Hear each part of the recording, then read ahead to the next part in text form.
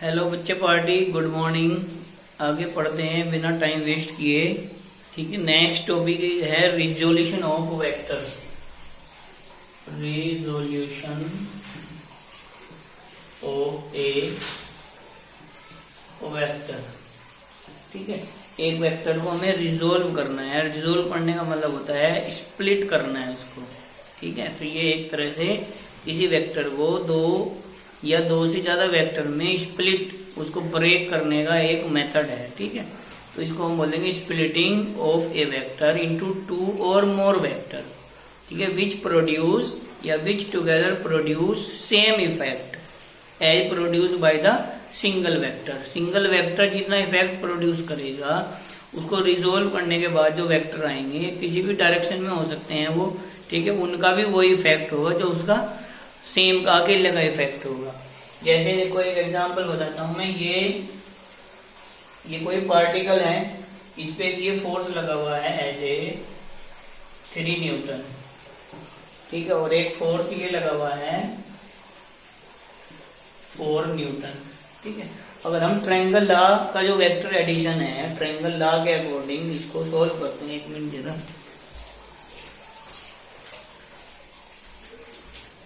ठीक है, triangle law के अकॉर्डिंग अगर इसको हम सोल्व करते हैं। ठीक है, ट्रायंगल लॉ क्या है, इनका हमें दो का रिजल्टेंट निकालना है, दो वेक्टर का। ठीक है, एक वेक्टर ये ड्रॉ कर दिया हमने 3 न्यूटन। ठीक है, और इसकी हेड से स्टार्ट करके दूसरे वेक्टर ड्रॉ कर दिया गिवन डायरेक्शन में, ये हमारा हो जाएगा 4 न्यूटन। तो इन दोनों का रिजल्टेंट कितना हो जाएगा, इन दोनों का रिजल्टेंट ये हो जाएगा ये वाला। ठीक है, इसको अगर हम निकालते हैं तो ये आ जाएगा 3 का स्क्वायर प्लस 4 का स्क्वायर, इसका अंडर रूट कितना आ जाएगा 5 न्यूटन। ठीक है, तो इन दोनों का जो रिजल्टेंट होगा ये परपेंडिकुलर है, इन दोनों का रिजल्टेंट कितना होगा 5 न्यूटन होगा। ठीक है, तो ये कोई हमारा पार्टिकल है, इस पे हम ये 5 न्यूटन का ऐसे ये हमने लगा दिया 5 न्यूटन का। या तो एक अकेला 5 न्यूटन का हम अप्लाई कर दें इस डायरेक्शन में, जैसे ये वाला डायरेक्शन है। ठीक है, या इस पार्टिकल पे हम 2 अप्लाई कर दें, ये 3 न्यूटन और ये वाला 4 न्यूटन। ठीक है, तो इन दोनों का जो रिजल्टेंट होगा 5 न्यूटन। तो ये इसको 5 को हमने 2 में रिजोल्व कर दिया, 2 कंपोनेंट इसके ये हो गए। ये कंपोनेंट 2 से ज्यादा भी हो सकते हैं। ठीक है, रिजोल्यूशन 2 से ज्यादा भी कंपोनेंट हो सकते हैं किसी वेक्टर के, ऐसा कोई जरूरी नहीं कि 2 ही कंपोनेंट हो। ठीक है, तो कहने का मतलब ये है कि 5 न्यूटन को हमने 2 में स्प्लिट कर दिया, 3 न्यूटन और 4 न्यूटन, वो एक दूसरे के परपेंडिकुलर है। तो जो अकेले का 5 न्यूटन का इफेक्ट होगा इस डायरेक्शन में, वही 3 और 4 का दोनों का मिला के भी उतना ही इफेक्ट होगा। तो splitting of a vector into 2 और more vector which together produce same effect as produce by the single vector is known as resolution of a vector. अब देखो 2 और मोर देन 2 मैंने क्यों बोला है, इसमें एक ऐसी कंडीशन आएगी, बहुत इंपॉर्टेंट पॉइंट है, ध्यान से समझना। ये वाला कोई पार्टिकल है, इस पे ये कोई वेक्टर या कोई भी फोर्स है F1 इस डायरेक्शन में, ये है हमारा F2, ये एंगल है हमारा थीटा है। ठीक है, ये है हमारा F3, ये वाला ये θ1 है, ये θ2 है। ठीक है, ये वाला है F4, ये एंगल हमारा हो गया θ3, ये वाला। ठीक है, तो इसका अगर हमें रिजल्टेंट निकालना होगा तो उसके हमें 2 कंपोनेंट निकालने होते हैं। ठीक है, या इसको मैं अल्फा बीटा गामा ऐसे सपोज कर देता हूँ। अगर हमें इनका सबका देखो कितने फोर्स लगे हुए हैं, इस पे 4 फोर्स लगे हुए हैं, F1 F2 F3 F4, 4 force लगे हुए हैं किसी पार्टिकल पे, और इन चारों का हमें रिजल्टेंट निकालना है। ठीक है, तो उसके लिए हम क्या करते हैं, रिजल्टेंट निकालने के लिए हम इसके 2 कंपोनेंट निकालते हैं। एक cos थीटा में रिजल्टेंट सपोज करो इनका रिजल्टेंट R है, तो R cos थीटा हम फाइंड करेंगे, R cos थीटा। ठीक है, इसको हमने ये मान लिया कि एक्स एक्सिस में है ये वाला, तो F1 ये कितना एंगल बनाएगा एक्स एक्सिस या 0, F1 cos 0। अगर ये यहाँ पे होता किसी एंगल पे फिर 0 ना होता। फिर F2 ये कितना बना है अल्फा, कोस अल्फा, फिर F3 कोस बीटा, फिर F4 कोस गामा। तो इसको सोल्व करके हमारे पास न्यूमेरिकल वैल्यू आ जाएगी। ठीक है, ऐसे ही हम इसका भी निकालेंगे r sine theta. r sine theta हमारा हो जाएगा F1 sine 0, F2 sine alpha, F3 sine beta, F4 sine gamma. तो इसकी भी कोई न्यूमेरिकल वैल्यू आ जाएगी। सपोज करो इसकी न्यूमेरिकल वैल्यू आई है x और इसकी न्यूमेरिकल वैल्यू आई है y। तो जो हमारा रिजल्टेंट होगा इनको स्क्वायर करके ऐड कर देंगे, r square cos square theta plus r square sine square theta is equal to x square plus y square. Squaring और एडिंग कर देंगे, आर स्क्वायर कॉमन आ जाएगा, cos square theta plus sine square theta 1 आ जाएगा। तो ये आ जाएगा r square equal to x square plus y square, r की वैल्यू आ जाएगी under root x square plus y square. ठीक है, ऐसे हम रिजल्टेंट 2 से ज्यादा का निकाल सकते हैं। ठीक, कहीं पे अगर बहुत सारे फोर्सेज या बहुत सारे वेक्टर एक ही पार्टिकल पे लगे हुए हों तो उनका रिजल्टेंट ऐसे निकलता है। उनका एंगल हमें पता होना चाहिए, अगर एंगल पता हो तभी हम इसको अप्लाई कर सकते हैं। ठीक है, तो रिजोल्यूशन का मतलब होगा splitting of a vector into 2। अब इनका सबका जो रिजल्टेंट आएगा वो आर आ जाएगा। ठीक है, तो आर का जो अकेले का इफेक्ट होगा F1 F2 F3 F4 4 रो का मिला के उतना होगा। तो वो उसके क्या हो जाएंगे, रिजोल्यूशन हो जाएगा। 4 में रिजोल्यूशन हो जाएगा 1 का, तो 1 का 2 में भी रिजोल्यूशन हो सकता है, 4 में भी हो सकता है। इफेक्ट उनका दोनों का सेम होगा। ठीक है, इसके बाद इसमें आता है रेक्टेंगुलर कंपोनेंट। ये बहुत ज्यादा इंपॉर्टेंट है, rectangular component. Rectangular component of a vector. ठीक है, अगर हमें किसी वेक्टर के रेक्टेंगुलर कंपोनेंट करने हैं यहाँ पे, ठीक है, तो उसके लिए हम क्या करेंगे, इसको भी हम 2 कंपोनेंट में रिजोल्व करेंगे। ठीक है, splitting of a vector into 2 components. ठीक है, इनटू 2 वेक्टर्स। ठीक है, which are at right angle from each other, जो एक दूसरे से राइट एंगल पे हो, एक दूसरे के परपेंडिकुलर हो, तो उनको हम रेक्टेंगुलर कंपोनेंट बोलते हैं। जैसे ये वाला है हमारा, ये कोई वेक्टर है, सपोज करो ए वेक्टर है। ठीक है, इसके में 2 कंपोनेंट करने हैं, वो ध्यान ये रखना है वो दोनों कंपोनेंट एक दूसरे के परपेंडिकुलर होने चाहिए। देखो, अगर एक ये वाला है कंपोनेंट तो दूसरा ये इसके परपेंडिकुलर ये वाला हो जाएगा।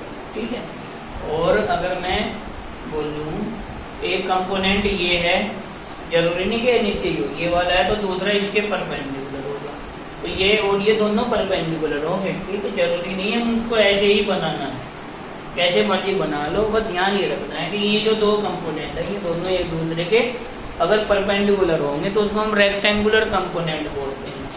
अब इसमें हमारा, जैसे ये हमारा वेक्टर है, ये कंपोनेंट ये वाला है और एक कंपोनेंट ये वाला, दोनों ये परपेंडिकुलर है एक दूसरे।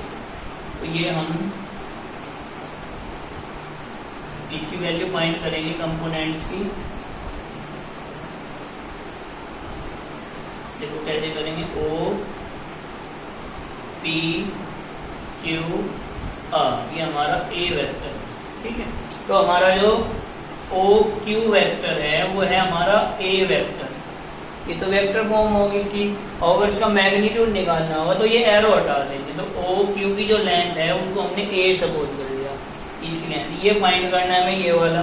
ठीक है, ये एंगल सपोज करो थीटा एंगल पे है ये, तो O ये जो ट्रायंगल है, in triangle O P Q, इसमें हम इसकी वैल्यू निकाल देंगे O P upon O Q is equal to हो जाएगा कोस थीटा। ये बेस हो जाएगा या हाइपोटेन्यूज हो जाएगा, तो कोस थीटा हो जाएगा। और O Q किसके इक्वल है, A के इक्वल है, तो O P अपॉन A is equal to cos theta. तो O P हमारा आ जाएगा A cos theta. O P की लेंथ हमारी A कोस थीटा आएगी। ठीक है, और इसको अगर वेक्टर में चेंज करना है तो यूनिट वेक्टर जो होगा इस डायरेक्शन में उससे मल्टीप्लाई कर देंगे, वो आगे की बात है। तो ये वाला अगर हमारा A है तो ये हमारा A कोस थीटा आ जाएगा ये वाला। अब हम ये फाइंड करेंगे, जितना ये होगा उतना ये होगा इसमें, तो इसमें हम P Q upon O Q perpendicular upon hypotenuse कितना हो जाएगा, ये साइन थीटा। तो पी क्यू अपॉन ये A is equal to sine theta, तो P Q is equal to आ जाएगा ए साइन थीटा। तो ये वाला ए साइन थीटा होगा तो ये वाला भी ए साइन थीटा होगा। ठीक है, देखो जिसमें मेन बात समझने वाली है वो ये है, जहाँ पे एंगल होगा वो वाला कंपोनेंट कोस में होगा और उसके जो परपेंडिकुलर है वो वाला कंपोनेंट साइन में होगा। देखो ये अगर ए है और ये थीटा है तो ये ए कोस थीटा हो जाएगा और ये ए साइन थीटा हो जाएगा। अगर ये एंगल यहाँ पे हो थीटा, ठीक है, तो फिर ये वाला ए कोस थीटा हो जाएगा और ये वाला ए साइन थीटा होगा। ठीक है, जिस कंपोनेंट के साथ एंगल लगा हुआ होगा वो कोस में होगा और उसके जो परपेंडिकुलर है वो किस में होगा, साइन में होगा। देखो इसका यूज कैसे होगा, एग्जाम्पल इसके जैसे ये है हमारा, ये कोई ऐसे इंक्लाइन प्लेन पे मोशन में है तो इसका जो वेट होगा वो नीचे की तरफ होगा mg, और इसके अगर हमें कंपोनेंट करने हैं, एक तो करना है इसके प्लेन के अलोंग ये वाला और एक इसके परपेंडिकुलर ये वाला। तो ये हमारा थीटा है, ये 90 है, ये 90 माइनस थीटा है, तो ये पूरा 90 होगा यहाँ से यहाँ तक। तो ये परपेंडिकुलर है दोनों, तो 90 में से ये जब 90 माइनस थीटा को माइनस करेंगे तो ये वाला भी हमारा थीटा हो जाएगा।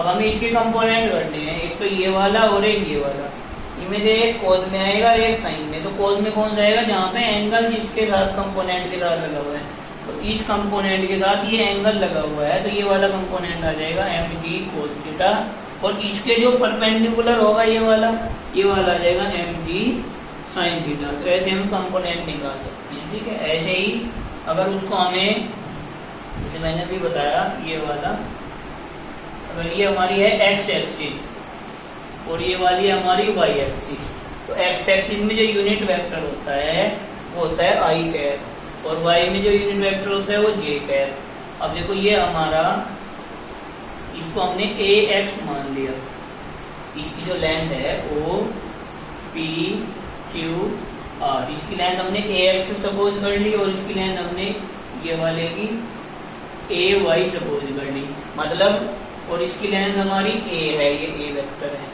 तो मीनिंग इसका ये होगा, तो ax हमारा हो गया a cos theta, a cos theta को हमने ax से सपोज कर लिया और हमारा ay हो जाएगा a sine theta, a sine theta को हमने ay सपोज कर लिया।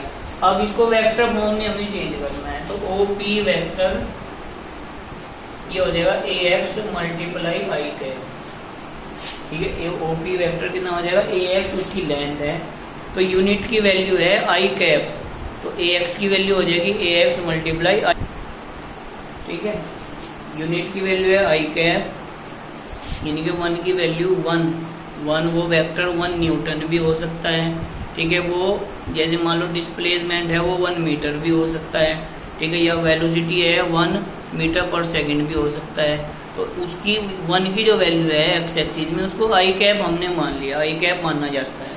ठीक है, तो ए एक्स की वैल्यू कितनी हो जाएगी, A x into I cap, 1 को उससे मल्टीप्लाई होगा। ऐसे ही हमारा ओ आर वेक्टर हो जाएगा ए वाई जे कैप हो जाएगा। ठीक है, और ट्रायंगल ये वाला भी कितना हो जाएगा, पी क्यू भी इतना ही हो जाएगा, पी क्यू वेक्टर जितना ये वाला होगा उतना ही ये वाला, इक्वल वेक्टर हो गए, दोनों की लेंथ इक्वल है, दोनों एक दूसरे के पैरेलल है ये वाले। तो यहाँ से अगर हम ओ क्यू वेक्टर निकालते हैं, ये हो जाएगा O P vector plus P Q vector triangle law के अकॉर्डिंग। ये वाली साइड है तो बाकी दो साइड के सम के इक्वल होगी। ये वाली वैल्यू पुट कर दो यहाँ, तो O Q vector equal to A x i cap a y j cap. ऐसे भी हम इसकी वैल्यू आई जे के की फॉर्म में निकाल सकते हैं। ठीक है, दूसरा, अगर हमें इसका मैग्नीट्यूड निकालना हो, ओ क्यू की लेंथ निकालनी हो, तो इसके अकॉर्डिंग अगर देखें, ये वाला हमारा, इसमें पाइथागोरस थ्योरम लगाएं तो O Q square is equal to O P square plus P Q square. तो ओ क्यू यानी कि A square is equal to A X का स्क्वायर प्लस ए वाई का स्क्वायर। तो ए की वैल्यू आ जाएगी ए एक्स का स्क्वायर प्लस ए वाई का स्क्वायर, इसका अंडर रूट। ठीक है, तो इसका यूज ऐसे होगा, समझ करो, ये दे दिया A X vector is equal to 3i cap plus 4j cap. इसका मैग्नीट्यूड बताओ, तो मैग्नीट्यूड होता है i के कोफिशिएंट का स्क्वायर प्लस y के कोफिशिएंट का स्क्वायर, सॉरी j के कोफिशिएंट का स्क्वायर, अगर उसमें तीसरा भी हो, जेड एक्सिस भी हो, तो k के कोफिशिएंट का स्क्वायर। यानी कि ए वेक्टर का जो मोड होगा वो 3 का स्क्वायर प्लस 4 का स्क्वायर और इसका अंडर रूट, तो ये आ जाएगा 5। ठीक है, तो यहाँ से ये एंगल भी हम निकाल सकते हैं थीटा। कंपोनेंट हमें पता है A cos theta is equal to A X और A sine theta is equal to A Y. तो इसको इससे डिवाइड कर देंगे तो यहाँ से एंगल भी पता लग जाएगा। कंपोनेंट पता हो तो कंपोनेंट से हम रिजल्टेंट भी निकाल सकते हैं, उसकी डायरेक्शन भी निकाल सकते हैं। इसको डिवाइड कर देंगे, A sine theta upon A cos theta is equal to A Y upon A X. तो ए से कैंसिल हो जाएगा तो tan theta is equal to A Y upon A X. हमें थीटा निकालना है, टेन थीटा नहीं निकालना, तो theta is equal to tan inverse A Y upon A X. ऐसे हम उसकी डायरेक्शन निकाल सकते हैं। देखो मैग्नीट्यूड के लिए सपोज करो